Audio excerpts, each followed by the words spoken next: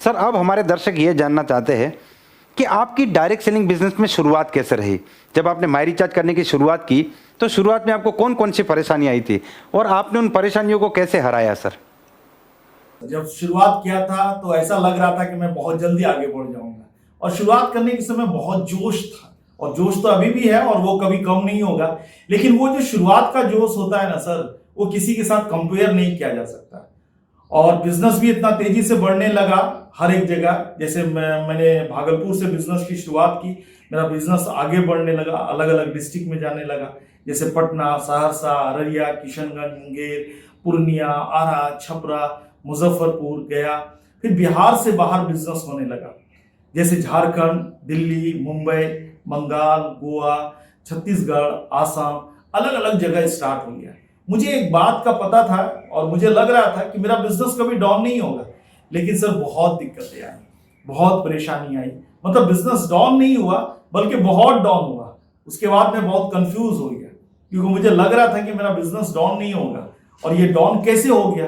तब मुझे एक बात का पता चला, अप एंड डाउन इस बिजनेस का हिस्सा है।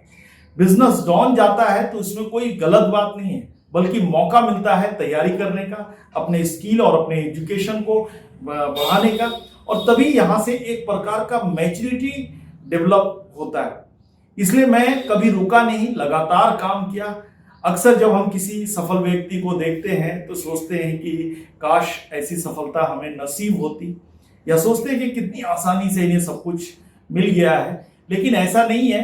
सभी सफल व्यक्ति के जीवन में मुश्किलें आई है और परेशानी वो झेल चुके हैं, जो सफलता पाने के लिए झेलना होता है।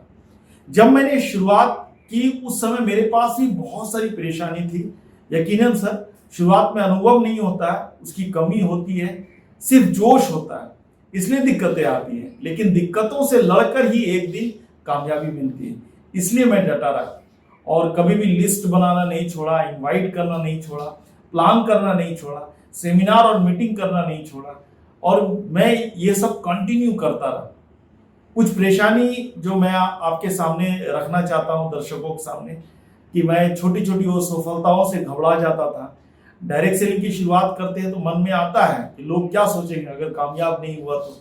इसलिए मैं उन लोगों से कहना चाहता हूं कि लोगों के बारे में जानने से पहले ये जान लीजिए, वे लोग आपकी सफलता के बारे में बात नहीं करते हैं कि आप कितने सफल हो सकते हैं। कुछ लोग आपको अच्छा कहेंगे, कुछ लोग आपको खराब कहेंगे, लेकिन उन लोगों की परवाह ना करें, आगे बढ़ते रहें, क्योंकि एक दिन वे लोग भी आपके टीम में जुड़ जाएंगे। मेरे साथ भी ऐसा हुआ। दूसरा बात कहना चाहूंगा कि जब डायरेक्ट सेलिंग की शुरुआत करते हैं और कुछ दिन जो है आप काम करते हैं, तो इनकम कम आता है, या टीम के कुछ लोग बिजनेस से आउट हो जाते हैं, तो मन में डर भी आता है। मुझे भी डर लगा था जब बिजनेस अप एंड डाउन होता था। तो मैं हमेशा ट्रेनिंग में बोलता हूं कि बात अगर डर की करें, ये हमारे इमेजिनेशन से ज्यादा कुछ नहीं है। इसलिए सफल व्यक्ति को पता होता है अगर वो लगातार मेहनत नहीं करेंगे, डरते रहेंगे, तो वो कभी सफल नहीं हो सकते। इसमें जो सबसे बड़ी बात होती है वो है छोटी छोटी असफलताओं के बारे में सोचकर ज्यादातर लोगों के जीवन ये सोचते हुए बीत जाता है कि हमारा फ्यूचर कैसा होगा। इसलिए वो बीते हुए कल को कोसते रहते हैं कि मेरा ऑफलाइन बिजनेस छोड़ के चला गया, मेरे टीम के कुछ लोग इधर से उधर चले गए। इस वजह से जो है वो प्रेजेंट उसका खराब हो जाता है।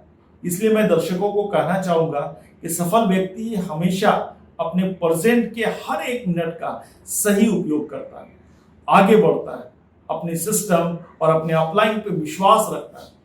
शुरुआती और बीच के दिनों में काम करने के बाद अगर रिजल्ट नहीं मिलता तो माइंड निगेटिव हो जाता था। मेरा माइंड निगेटिव हो जाता था, मेरे मन में भी आया था। और मैं दर्शकों को ये कहना चाहूंगा कि निगेटिविटी एक ऐसी चीज है जो हमारे हर सपने को बर्बाद कर सकता है। इसलिए जहां तक हो सके ऐसे लोगों से बचें जो कंपनी, सिस्टम, प्लान, अपलाइन और टीम के बारे में निगेटिव बात करता है, कंप्लेन करता है, क्रिटिसाइज करता है, कंडेम करता है। ऐसे लोगों से बचें, वरना आपको सफलता मिलने में रुकावट होगी। आखिर में ये कहना चाहूंगा कि जब आप काम स्टार्ट करेंगे तो ये सारी मुश्किलें बीच बीच में आ सकती है। दिमाग में ख्याल आएगा कि लोग क्या कहेंगे, डर लगेगा, मन में निगेटिव ख्याल आएगा।